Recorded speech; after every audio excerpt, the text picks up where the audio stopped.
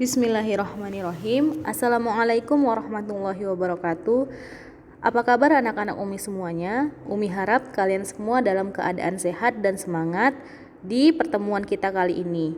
Nah, pada pembelajaran IPA kali ini kita akan membahas mengenai alat reproduksi pada manusia. Di sini kita akan mempelajari mengenai alat-alat dan fungsi masing-masing dari organ reproduksi baik pada pria maupun pada wanita. Nah, langsung saja kita simak penjelasan dari Umi. Yang pertama kita akan mempelajari mengenai alat reproduksi pada pria. Alat reproduksi pada pria sendiri itu terbagi menjadi dua, yaitu bagian dalam dan bagian luar. Untuk memahaminya, mari kita lihat gambar berikut ini. Nah, ini merupakan tampak atau ilustrasi dari organ reproduksi pria. Nah, ini merupakan gambar tampak dari samping, dan ini gambar anatomi organ reproduksi pria tampak dari depan. Oke. Nah, sekalian juga kalian mix dengan info yang ada di ibu kalian ya. Lanjut. Nah, kita bahas satu-satu mengenai fungsi dari organ-organ reproduksi pada pria. Nah, kalian bisa memperhatikan penjelasan Umi dari gambar yang ada di tampilan slide ini. Kita bahas dari organ bagian dalam. Nah, organ bagian dalam pertama sekali itu kita bahas yaitu testis. Testis adalah tempat pembentukan sperma. Yang mana itu testis? Nah, testis atau dikenal dengan buah zakar adalah organ berbentuk bola yang ada di bawah penis. Nah, ini seperti yang Umi bulatkan. Testis sendiri berjumlah 2 buah atau 1 pasang. Nah, testis sendiri itu detailnya ada ditunjuk di nomor 2. Nah, bagian tengah ini yang berbentuk seperti bola. Oke. Nah, kemudian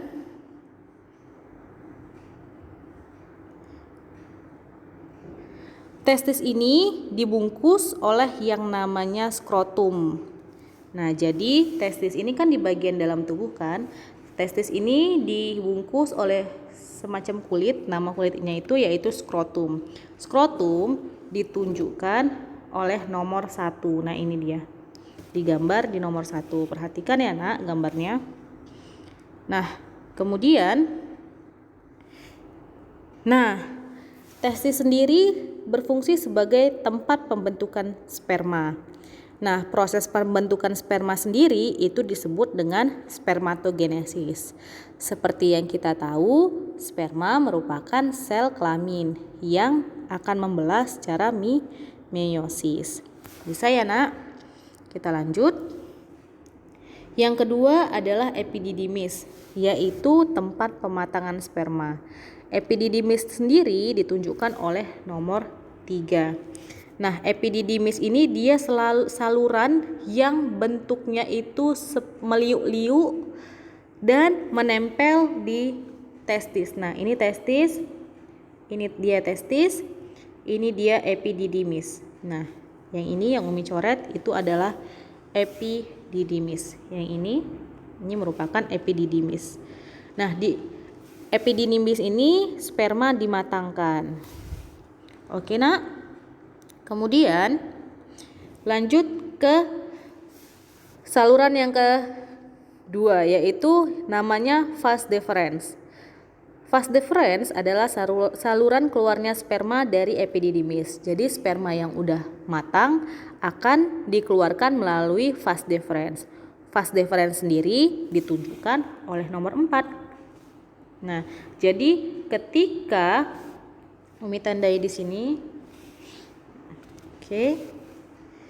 Ketika sperma dibentuk di skrotum, kemudian dimatangkan di epididymis, kemudian keluar melalui yang namanya vas deferens. Nah, jadi vas deferens ini saluran ini. Nah, yang meliuk ini adalah vas deferens. Bisa ya nak sampai ke sini. Ini adalah vas deferens. Nah, coba perhatikan dari penjelasan Umi. Oke. Bisa ya nak. Kemudian selanjutnya ada vesicula seminalis yang ditunjukkan oleh nomor 5. Ini adalah vesicula seminalis.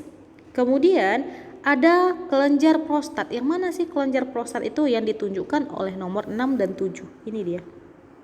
Dua ini. Ini kelenjar prostat. Dan yang terakhir adalah yang nomor 8. Ini kelenjar Cowper. Jadi urutannya pertama vesicula seminalis, yang kedua kelenjar prostat, yang ketiga kelenjar Cowper. Nah, ketiga kelenjar ini menghasilkan yang namanya cairan semen. Nah, cairan semen ini disebut dengan cairan mani atau kita biasa sebut dengan cairan mani. Nah, jadi sperma keluar dari tubuh itu bukan hanya berbentuk sel tapi dilapisi oleh cairan mani. Apa Umi fungsi cairan mani atau cairan semen? Nah, cairan semen itu adalah cairan yang bersifat basah. Ketika sperma keluar dari vas deferens dan akan disalurkan ke yang namanya uretra dari penis. Nah, uretra merupakan saluran tempat keluarnya urin. Jadi, urin itu kan bersifat asam. Nah, fungsinya cairan semen untuk melindungi sperma agar tidak rusak oleh cairan asam yang ada di uretra. Jadinya semen ini berfungsi untuk melindungi sperma dan juga menetralkan pH di dalam uretra tersebut. Bisa ya? Kemudian kita lanjut uretra. Oke.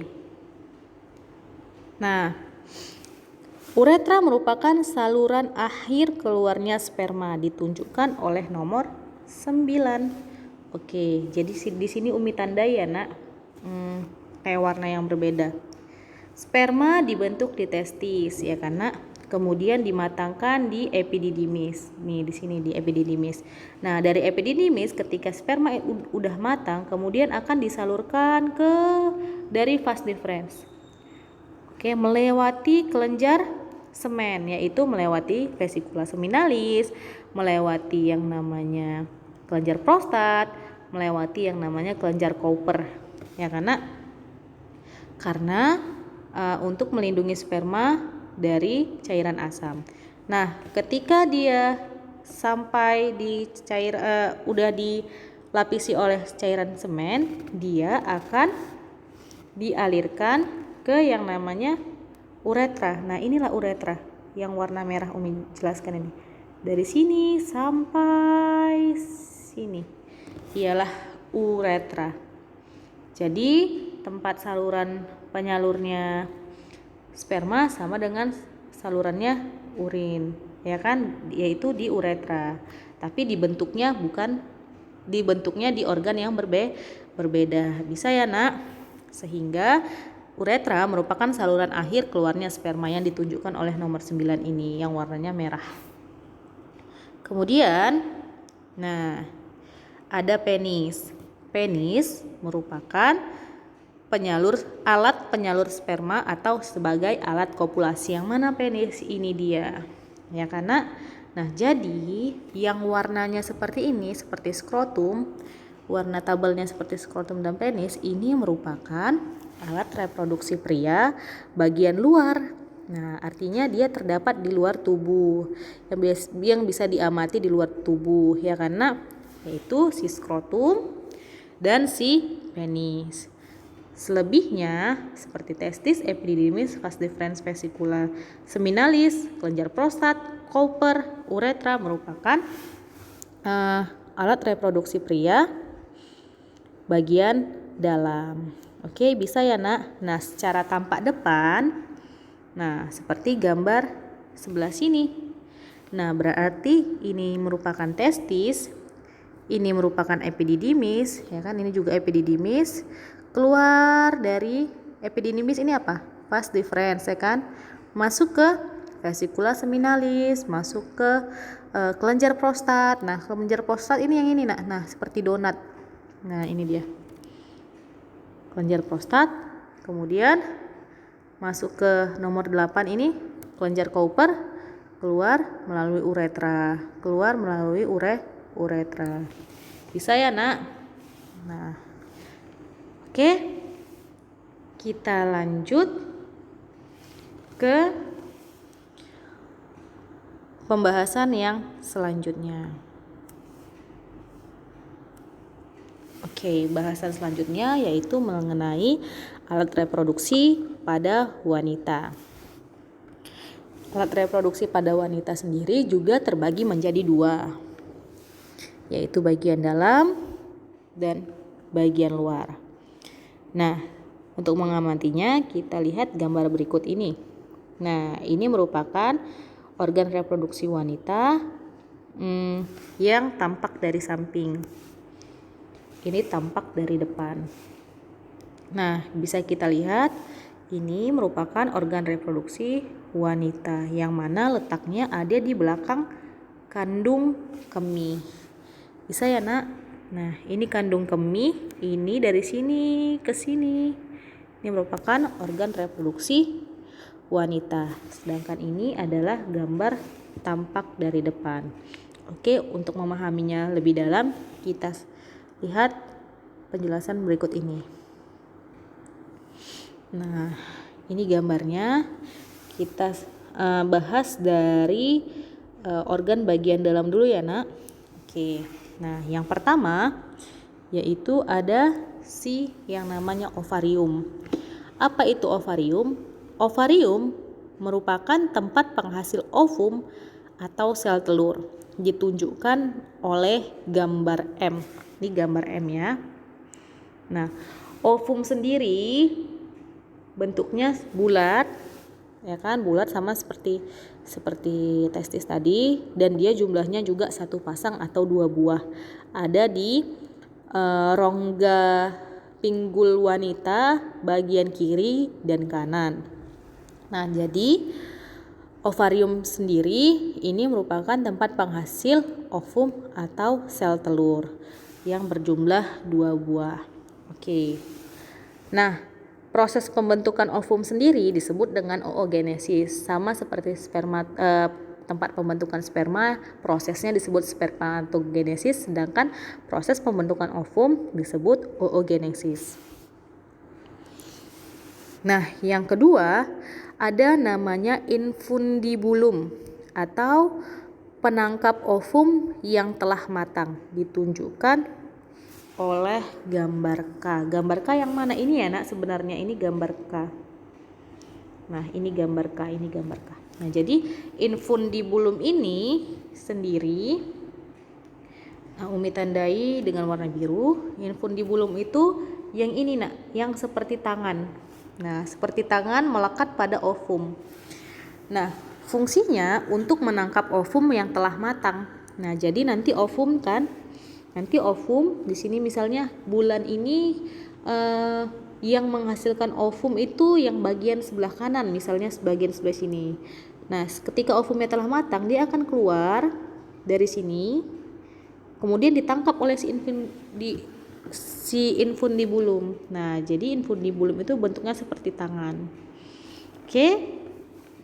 Nah, kemudian kita iniin dulu, kita back-backan dulu biar gambarnya netral lagi. Oke. Kemudian yang ketiga ada namanya oviduct. Oviduct atau oviduk atau juga nama lainnya yaitu ini dia. Oviduk atau tuba fallopi atau oviduct. It's same, sama ya nak. Itu merupakan tempat fertilisasi atau pembuahan, ditunjukkan oleh nomor N. Nah, ditunjukkan oleh nomor N. Yang mana itu dia? Saluran ini nak. Nah, saluran ini Ini namanya keluar infundibulum, ini namanya tuba Fallopi atau oviduct 2 kan, kanan kiri. Nah, di sini ketika ovum telah matang, ovum akan menunggu di saluran ini, Nak. Siapa yang ditunggunya? Si sperma. Jadi, pembuahan sendiri atau fertilisasi sendiri merupakan proses bertemunya sperma dan ovum. Nah, jadi ovumnya itu di sini di sini ketika sudah matang. Namun, apabila ovumnya tidak dibuahi atau tidak ada sperma yang datang, dia kemudian akan langsung jatuh keluar. Nah, seperti itu. Oke. Jadi, oviduct itu merupakan tempat fertilisasi atau pembuahan. Next, ada uterus. Uterus yang mana? Uterus itu nama lainnya adalah rahim. Rahim itu yang mana ini? Ini rahim ditunjukkan oleh nomor P ya kan, ini rahim. Ini juga rahim. Nah, rahim berada di rongga perut bagian bawah. Fungsinya sebagai tempat berkembangnya janin. Jadi kalau misalnya sel telur kamu tadi yang di sini dibuahin oleh sperma, kemudian yang seperti video yang udah Umi kasih, nah mereka akan terus membelah bermitosis ya kan, sampai mereka menancap di sini di rahim. Ya karena kemudian disinilah tempat berkembangnya janin. Oke. Seperti itu. Lanjut. Nah, ada lagi bagian yang disebut dengan endometrium atau dinding rahim. Dinding rahim itu yang ditunjuk oleh yang L-nya. Ini semua ini merupakan dinding rahim. Kalau ini rahim, tadi ini rahim, ini rahim, ini rahim. Ini merupakan dinding rahim. Oke. Umi, dinding rahim itu fungsinya untuk apa ya? Oke. Nah, dinding rahim ini, Nak, selama proses pembentukan ovum di sini atau di sini, dia akan menebal. Oke, dia akan menebal. Di sini akan menebal. Ditebalkan oleh siapa? Oleh darah, lapisan darah. Ini darah semua. Agar apa? Agar ketika nanti si ovum, nah ovumnya kan udah matang, masuk ke infundibulum, dibuahi oleh sperma di ovida, ya kan. Kemudian si ovum ini jalan ke sini. Nah, kalau ovum udah dibuahi sperma artinya kan bakal jadi janin kan. Nah, janin ini kalau misalnya menancap di rahim harus tempat yang empuk. Biar apa? Biar nggak jatuh, biar nggak keguguran. Makanya di sini di endometrium dibentuk lapisan darah. Oke. Namun ternyata si ovum yang di sini tidak dibuahi oleh sperma. Artinya tidak jadi dong terbentuk janin. Luruhlah semua darah yang ada di endometrium ini, luruh semua keluar. Inilah yang disebut dengan peristiwa menstruasi yang dialami perempuan dewasa atau perempuan yang udah balik setiap bulannya.